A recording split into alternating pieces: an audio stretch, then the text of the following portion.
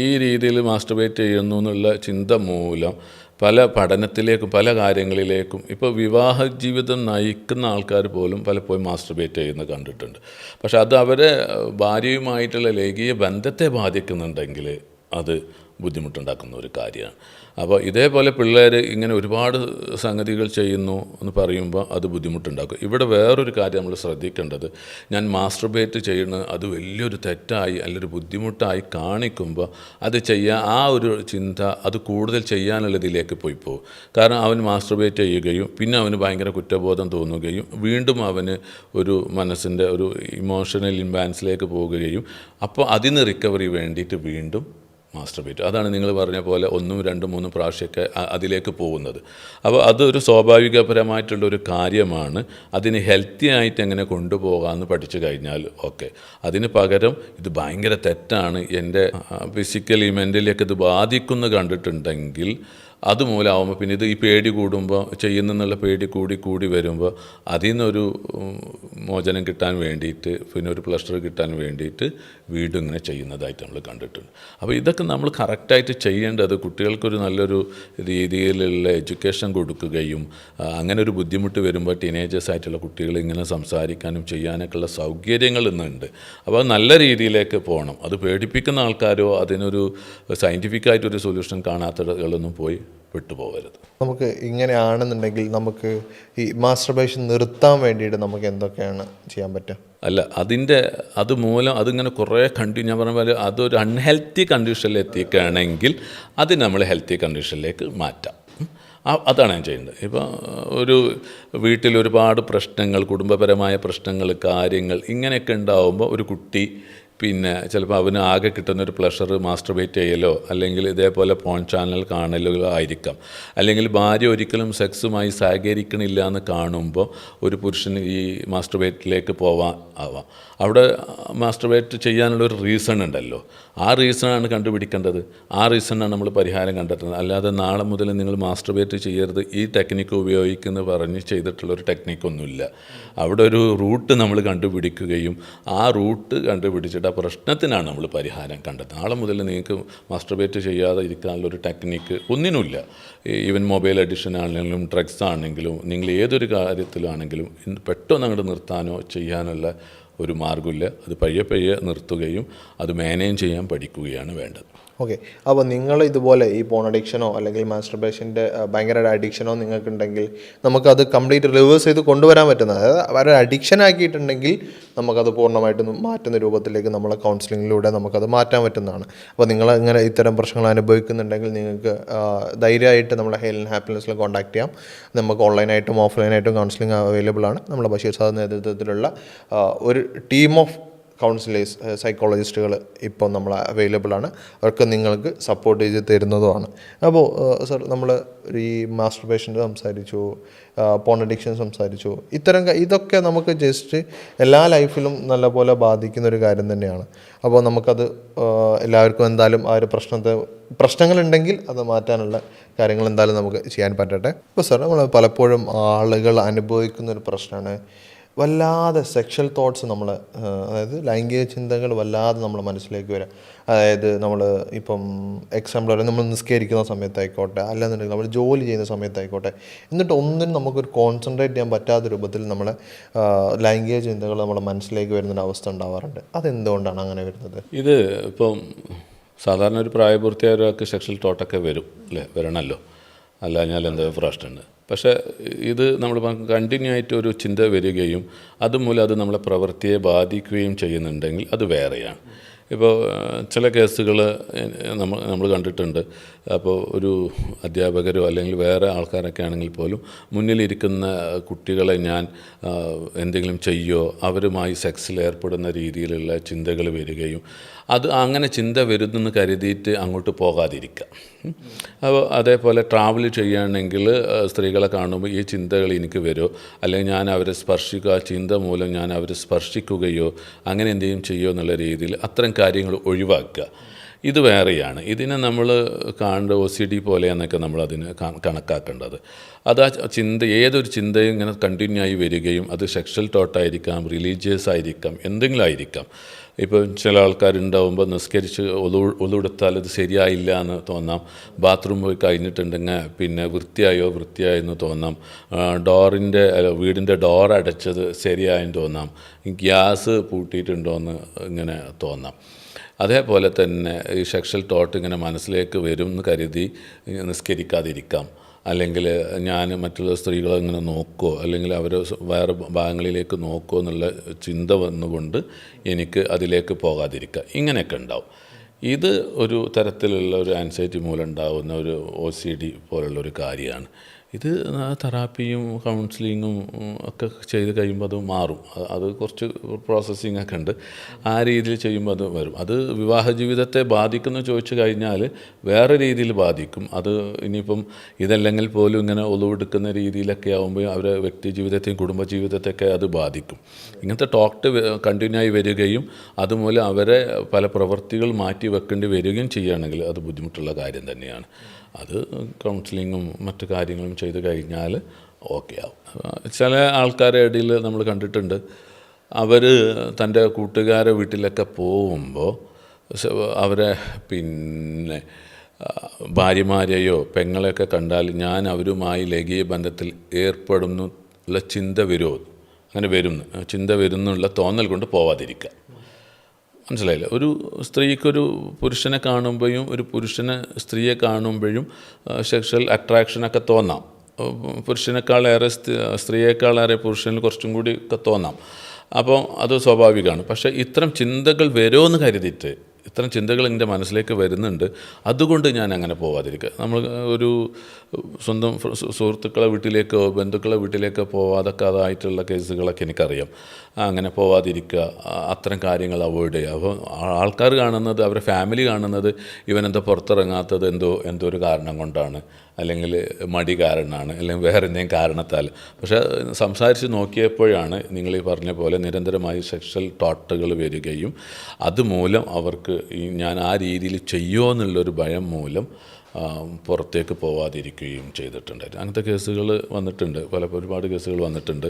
ഈ രീതിയിൽ സ്വന്തം കല്യാണത്തിന് പോവാതിരിക്കുക, അതേപോലെ പിന്നെ പുറത്ത് പോവാതിരിക്കുക, സ്വന്തം സുഹൃത്തുക്കളെ വീട്ടിൽ പോവാതിരിക്കുക, ബസ്സിൽ കയറുമ്പോൾ പോവാതിരിക്കുക, ഇങ്ങനെയൊക്കെ ഉണ്ടായിട്ടുണ്ട്. അങ്ങനെ അനുഭവങ്ങളൊക്കെ ഒരുപാട് കേസുകളൊക്കെ അങ്ങനെ വന്നിട്ടുണ്ട്. ഓക്കെ, അതായത് ഇത് നമ്മൾ ശരിക്കും ട്രീറ്റ് ചെയ്യുകയാണെന്നുണ്ടെങ്കിൽ അത് തീർച്ചയായും ട്രീറ്റ് ചെയ്യുകയാണെങ്കിൽ മാറുന്ന കാര്യം തന്നെയാണ്. അതായത് സെക്ഷൽ തോട്ട്സ് ഒക്കെ നമുക്ക് വരുന്നുണ്ട്, നമ്മളെ കാര്യങ്ങളിലൊക്കെ ബുദ്ധിമുട്ടാകുന്നുണ്ട്. അപ്പം നിസ്കാരങ്ങളായിക്കോട്ടെ, പ്രേയറുകളായിക്കോട്ടെ, അൺവാണ്ടഡ് സെക്ഷൽ തോട്ട് എന്ന് പറയുന്നത് അനാവശ്യമായിട്ട് മനുഷ്യന്മാർക്ക് വരും. ചിന്ത വരണം, സെക്ഷൽ ഒരു ചിന്ത ഒക്കെ ഉണ്ടെങ്കിലാണല്ലോ നമുക്കൊരു സെക്ഷനോടൊക്കെ താല്പര്യമൊക്കെ വരുള്ളൂ.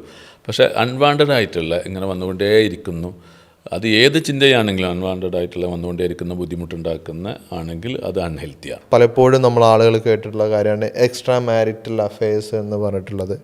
കാരണം ഒന്നുകിൽ ഭാര്യ മറ്റൊരു പുരുഷനുമായിട്ട് ബന്ധപ്പെടുന്നു, അല്ലെങ്കിൽ ഭർത്താവും പല സ്ത്രീകളായിട്ട് ബന്ധപ്പെടുന്നു. ഇങ്ങനത്തെ കേസുകൾ ഇപ്പോൾ ഒരുപാട് ആളുകൾ ഇപ്പോൾ പറയുന്നത് കേട്ടുമായിട്ട് നമ്മൾ ഒരു മാധ്യമങ്ങളിലൂടെ കാണുന്നതുണ്ട്. ശരിക്കും എന്തുകൊണ്ടാണ് ഇത്തരം ഈ ഒരു അവസ്ഥയിലേക്ക് നമ്മൾ പുരുഷനാണെങ്കിലും സ്ത്രീ ആയാലും എത്തുന്നത്? എക്സ്ട്രാ മാരിറ്റൽ അഫെയർ പണ്ടുമുണ്ട്, ഇപ്പോഴും മാത്രമൊന്നുമല്ല. പണ്ട് പുരുഷന്മാരുടെ ഇടയിൽ അത് കൂടുതലായിട്ടുണ്ട്. പക്ഷേ സ്ത്രീകൾ ഇത്രത്തോളം എക്സ്പ്രസ് ചെയ്യാത്തത് കൊണ്ട് അവർ ആ കാര്യങ്ങൾ പിന്നെന്ത് ചെയ്യും, മാറ്റിവെക്കും. പിന്നെ ഇന്നത്തെ കാലഘട്ടത്തിൽ രണ്ടാമത്തൊരു വിവാഹമൊന്നും 2 ഭാര്യമാരൊക്കെ ഉള്ള ആൾക്കാരെ കാണാൻ വളരെ കുറവാണ്. അന്ന് പഴയ കാലങ്ങളിൽ 2 ഭാര്യമാരുള്ള ആൾക്കാരൊക്കെ നമുക്ക് 1, 2, 3 ഭാര്യമാരൊക്കെ ഉള്ള ആൾക്കാരെ നമുക്ക് കാണാൻ പറ്റാറുണ്ട്. എക്സ്ട്രാ മാരിറ്റൽ അഫെയറിന് പല കാരണങ്ങളും ഉണ്ടാവാം. പലപ്പോഴും ഇണയുടെ സഹകരണം കൊണ്ടോ അല്ലെങ്കിൽ പെരുമാറ്റം കൊണ്ടോ മാത്രമൊന്നുമല്ല, പെരുമാറ്റ പ്രശ്നങ്ങൾ കൊണ്ട് മാത്രമൊന്നുമല്ല പിന്നെ എക്സ്ട്രാ മാരിറ്റൽ അഫെയറിലേക്ക് പോകാറുള്ളത്. നല്ല സ്നേഹമുള്ള ഭാര്യ ഭർത്താക്കന്മാരുടെ ഇടയിൽ പോലും ഇത്തരം എക്സ്ട്രാ മാരിറ്റൽ അഫെയർസൊക്കെ നമ്മൾ കാണാറുണ്ട്. ഒരു ക്വാളിറ്റി ഉള്ള ആൾക്കാർ നമ്മൾ പുറത്തു നോക്കുമ്പോൾ ഒരു ക്വാളിറ്റി പോലും നമുക്ക് കാണാൻ പറ്റാത്ത ആൾക്കാരെ കൂടെ അവർ പോകുന്നതായിട്ടും കണ്ടിട്ടുണ്ട്. അപ്പോൾ എക്സ്ട്രാ മാരിറ്റൽ അഫെയറിന് ഒരു കാരണം നമ്മൾ പറയുകയാണെങ്കിൽ, ഇപ്പോൾ ഭാര്യയോ ഭർത്താവോ വേണ്ട രീതിയിലുള്ള പരിഗണന സ്വന്തം ഇണക്ക് കൊടുക്കാതാവുമ്പോൾ അത് മറ്റുള്ളവരിൽ നിന്ന് കിട്ടുമ്പോൾ അങ്ങോട്ട് പോകാനുള്ള ഒരു ചാൻസ് ഉണ്ട്. ഇനി അതെല്ലാം ഉണ്ടെങ്കിൽ പോലും ചില ആൾക്കാർ ആ രീതിയിൽ ഇപ്പം ഉദാഹരണമായിട്ട് ബോർഡർ ലൈൻ പേഴ്സണാലിറ്റി ഡിസോർഡറൊക്കെ ഉള്ള ആൾക്കാരാണെങ്കിൽ അവർ ഇതേപോലെ എക്സ്ട്രാ മാരിറ്റൽ അഫെയറിലേക്കും കാര്യങ്ങളിലേക്കൊക്കെ പോകാനുള്ള ചാൻസ് കൂടുതലാണ്. പക്ഷേ ഇവിടെ നിങ്ങൾക്കൊരു പ്രശ്നമുണ്ടെന്ന് കരുതുക, ഒരു ഭാര്യയുമായിട്ടൊരു പ്രശ്നമുണ്ട്, അതിന് പരിഹാരം എന്നുള്ള നിലക്കാവരുത് ഒരു എക്സ്ട്രാ മാരിറ്റൽ അഫെയർ. അത് ഏതായാലും അതിലേക്ക് എത്തിക്കഴിഞ്ഞിട്ടുണ്ടെങ്കിൽ അതിൻ്റെ ഒരു ബുദ്ധിമുട്ട് അവർ മാത്രമല്ല അവരുടെ കുഞ്ഞുങ്ങൾ പോലും അനുഭവിക്കുന്ന ഒരു ഘട്ടത്താറുണ്ട്. അപ്പോൾ എക്സ്ട്രാ മാരിറ്റൽ അഫെയർ എന്ന് പറഞ്ഞാൽ പിന്നെ ഭാര്യ ഭർത്താവും തമ്മിലുള്ള അകൽച്ച മൂലം മാത്രമല്ല പല കാരണങ്ങൾ കൊണ്ട് ഉണ്ടാവാം. ചില എല്ലാ സുഖ സൗകര്യങ്ങളും എല്ലാ കാര്യങ്ങളും മെൻ്റലി ഫിസിക്കലി എല്ലാം വളരെ ഹാപ്പി ആയിട്ട് ജീവിക്കുന്ന ചില ആൾക്കാർ ഒരു പിന്നെ എക്സ്ട്രാ മാരിറ്റൽ അഫെയറിലേക്ക് പോകാറുണ്ട്. അപ്പോൾ ഇതിന് ഞാനൊരു ഉദാഹരണം പറയാൻ വെച്ചാൽ നല്ലൊരു കുടുംബത്തിലുള്ള ആൾക്കാർ, നല്ല പാരൻറ്റിങ് ഉള്ള ആൾക്കാരെല്ലാം കുട്ടികളൊക്കെ ചിലപ്പോൾ ഡ്രഗ്സിലേക്കും ആൽക്കഹോളൊക്കെ യൂസ് ചെയ്യുന്നത് കണ്ടിട്ടില്ലേ? അതേപോലെ തന്നെയുള്ളൊരു രീതിയാണിത്.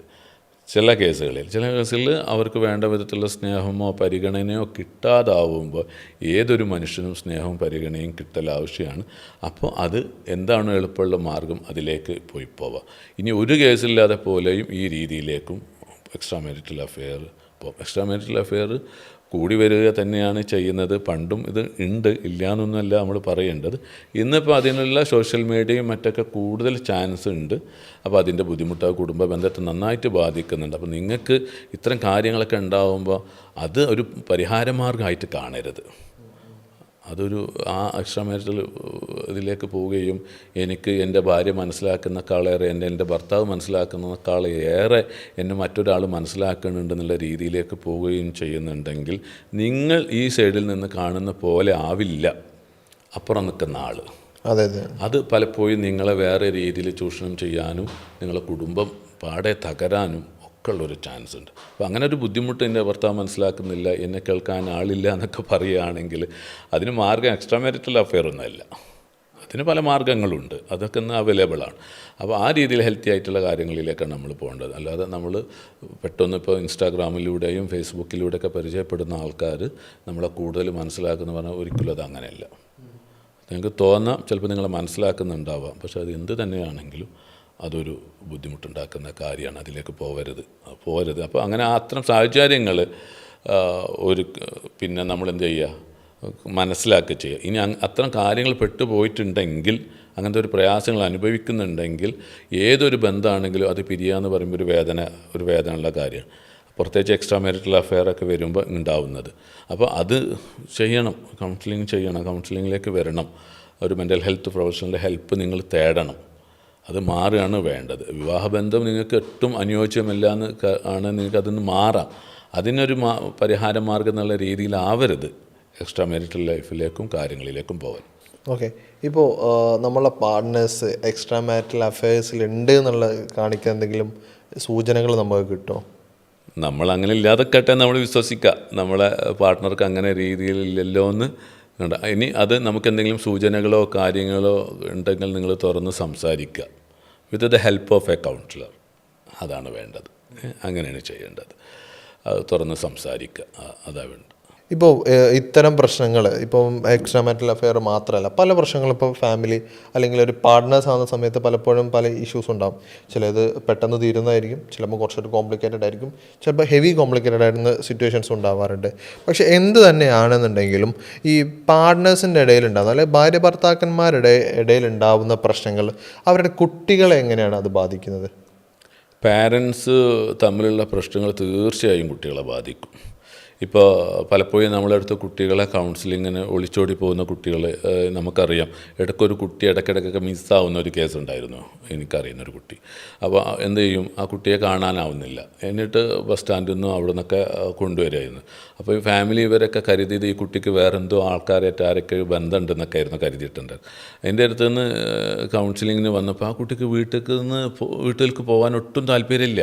ആ പാരൻസ് തമ്മിലുള്ള പ്രശ്നം മൂലം ആ കുട്ടിക്ക് വീട്ടിലേക്ക് പോകാൻ പറ്റുന്നില്ല, എങ്ങോട്ട് പോകണമെന്ന് അറിയുന്നില്ല. അപ്പോൾ അതിന് വേണ്ടി ആ കുട്ടി ആ ഒരു കാര്യം എക്സ്പ്രസ് ചെയ്യാൻ പറ്റാത്ത രീതിയിലായിരുന്നു വന്നിട്ടുണ്ടായിരുന്നു.